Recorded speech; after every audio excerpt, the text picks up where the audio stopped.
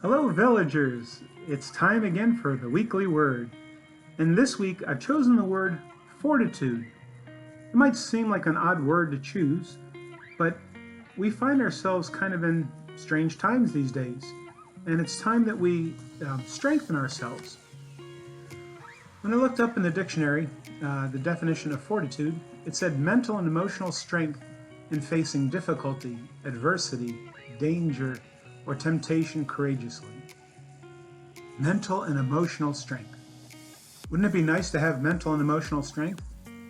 Well, we do. Each and every one of us has it. And it's important to have it because we're constantly going to be facing difficulty, adversity, danger, and temptation. And we have to do it courageously. So how do we do that courageously? Where do we find that courage? You know, unfortunately, as I've always told my kids, life isn't fair. There's going to be lots of things that happen that are going to put us into challenging positions and challenging times. And we find ourselves in those times today, much like any other day. And we are going to be faced with those kind of difficulties personally and also societally. And sometimes one or the other, or even both. And if I were to offer some fatherly advice to all of you, whether you're campers, whether you're staff, whether you're parents, whether you're alumni, I would tell you that you are going to face difficulty, adversity, danger, and temptation many times over. So don't be surprised when it comes. Expect it. The difference is we can be victorious over it if we're courageous, if we're strong, if we're mentally and emotionally strong. So the question is, how do we face it? How do we do everything we can to face it? Well, the question becomes, how do you face it at all? Some people will choose to avoid it or run away from it, or you can face it head on. If you tend to run away from it, it's going to chase you and follow you until you do face it head on. Now, there are times perhaps when we're just not ready for it in a given moment in our lives, and so we need to step away, regroup, strengthen ourselves emotionally, mentally, and then get the courage to face it head on. But ultimately, almost all the time we're going to have to face it head on. The difference is we're not facing it just by ourselves. We have God on our side. We have God with us. You know, we sing that in the hymns of Great Compline and other times throughout the year. God is with us. He is with us not just at those specific times, but all the time. God dwells in each and every one of us. He dwells in you and He dwells in me. The question is, how much do we let that come through? And that's the important thing. David in Psalm 31 writes, "Love the Lord, all you His saints. The Lord preserves the faithful, but abundantly requites him who acts haughtily. Be strong and let your heart take courage, all you who wait for the Lord." Be strong and let your heart take courage, all you who wait for the Lord.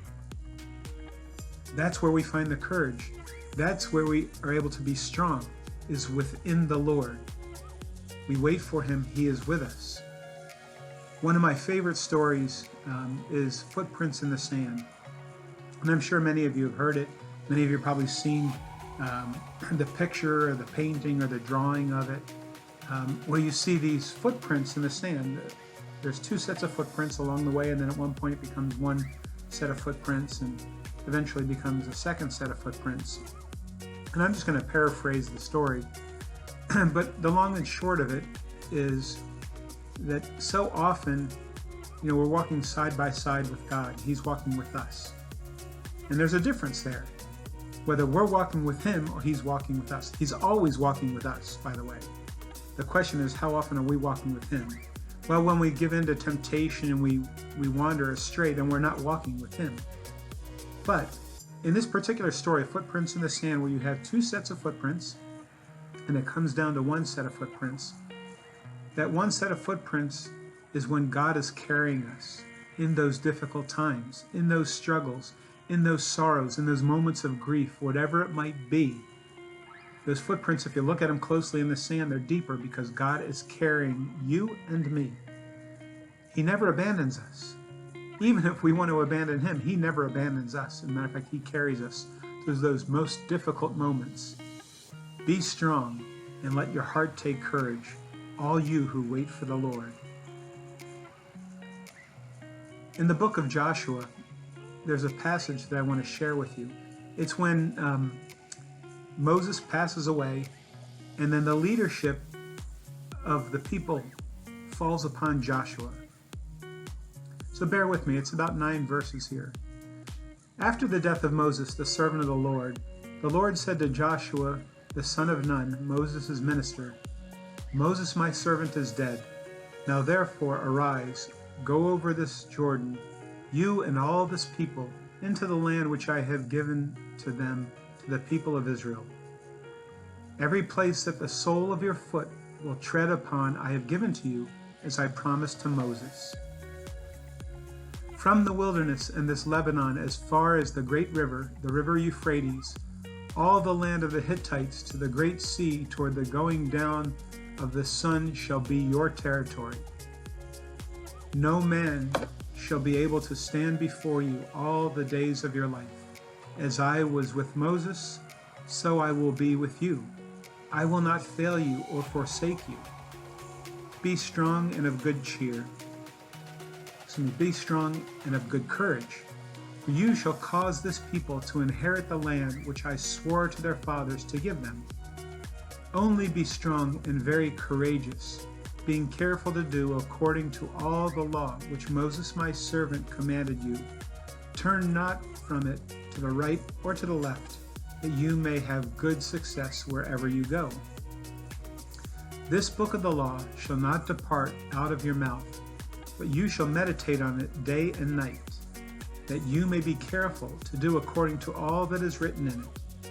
For then you shall make your way prosperous, and then you shall have good success. Have I not commanded you? Be strong and of good courage. Be not frightened, neither be dismayed. For the Lord your God is with you wherever you go. The Lord your God is with you wherever you go. Be strong and of good courage. We hear God telling Joshua this as he takes this daunting task of taking the people of Israel into the promised land and leading them faithfully. Well, most of us aren't going to be given that big of a responsibility, but we are given the responsibility of our own lives and perhaps some of the people around us as well. And we have to be strong and of good courage. That's what fortitude is all about. Being strong and of good courage.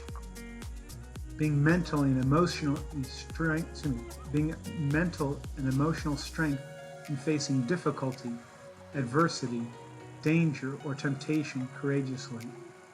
We can do it. Just like God was with David, God was with Joshua and Moses, God is with you and me. Fortitude is knowing that God is with us wherever we go. It is believing he is with us wherever we go, and it is our willingness to dig down deep and embrace the challenges and letting God shine through us. Because on our own, we may or may not be able to achieve it, but with God, all things are possible. May you always understand and experience the constant presence of God in your life, so that you can have the mental and emotional strength in facing difficulty, adversity, danger, or temptation courageously. That is fortitude. And if you are strong and courageous in God, you will have the fortitude to do anything that he puts before you. May God bless you and be with you, and may his countenance shine upon you.